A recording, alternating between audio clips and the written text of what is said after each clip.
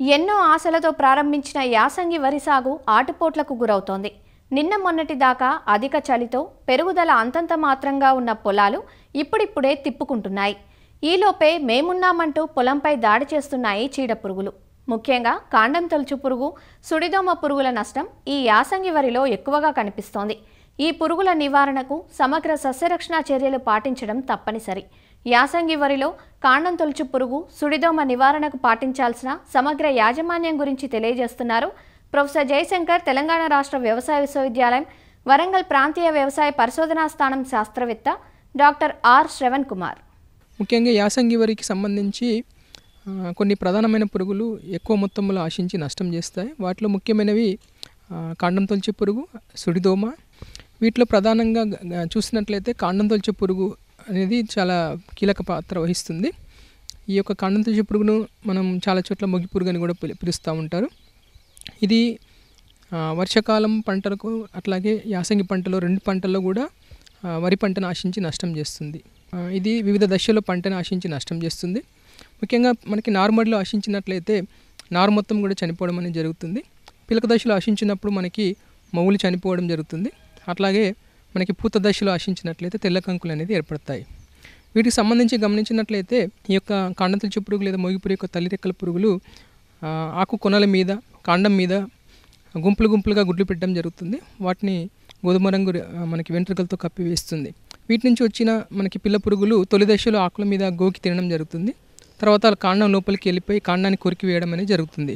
ఈ పిలక దశలో గమనించినట్లయితే ఈ మొవ్వు చనిపోవడం జరుగుతుంది. మొవ్వు మనం పీకినట్లయితే చేతిలోకి సులువుగా ఊడి వస్తుంది. అట్లాగే పూత దశలో ఆశించినట్లయితే పిలకను కొరికి వేయడం వల్ల, వెన్ను కత్తిరించడం వల్ల లోపల మనకి వెన్ను లోపల గింజలు ఏర్పడవు. గింజలు ఏర్పడినప్పటికీ మొత్తం కూడా తాలుగా అయిపోతాయి. దీన్నే తెల్లకంకి అని పిలుస్తారు. సో దీని యాజమాన్యానికి సంబంధించి ముఖ్యంగా అంతకుముందు పంట అవశేషాలు లేకుండా పూర్తిగా మనము లోతు దుక్కులు అనేది చేసుకోవడం చాలా ముఖ్యమైనది. అట్లాగే నారుమడి దశలో నారు పీకడానికి వారం రోజుల ముందు ఎకరానికి సరిపోయే నారుమడిలో ఒక 800 గ్రాముల కార్బోఫిరాన్ 3G గుళికలు మనం వేసుకున్నట్లయితే దీన్ని కొంతవరకు మనం అరికట్టవచ్చు. మనం నాటు వేసుకున్న తర్వాత పిలక దశలో ఎకరానికి 10 కిలోల చొప్పున కార్బోఫిరాన్ 3G గుళికలు కానీ, లేదా కార్టప్ హైడ్రోక్లోరైడ్ గుళికలు 8 కిలోలు ఎకరానికి కానీ, లేదా క్లోరంటా నిలుపు అనే గుళికలు ఎకరానికి 4 కిలోల చొప్పున మనము బురద పదంలో వేసుకున్నట్లయితే కాండం తొలిచే పురుగును అరికట్టవచ్చు.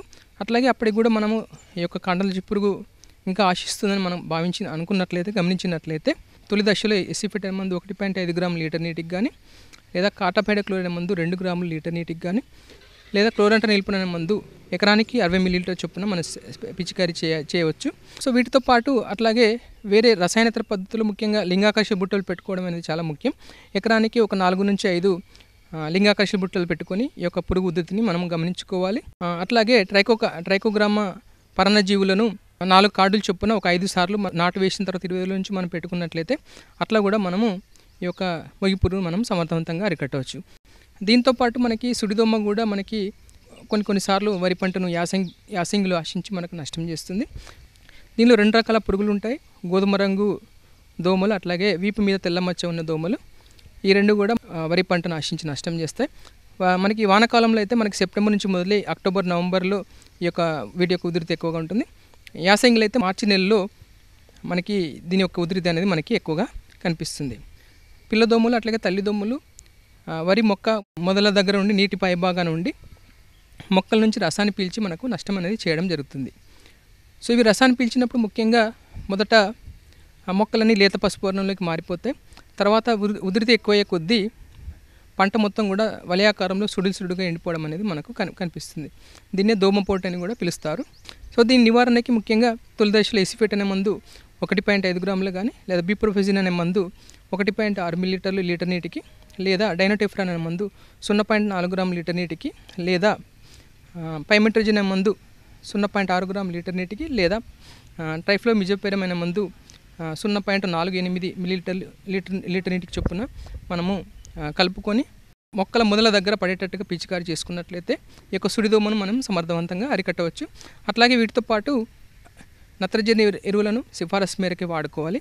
అట్లాగే పొలంలో మనకి ప్రతి 2 మీటర్లకి 20 సెంటీమీటర్ల చొప్పున ఖాళీ బాటలు తీసుకోవాలి.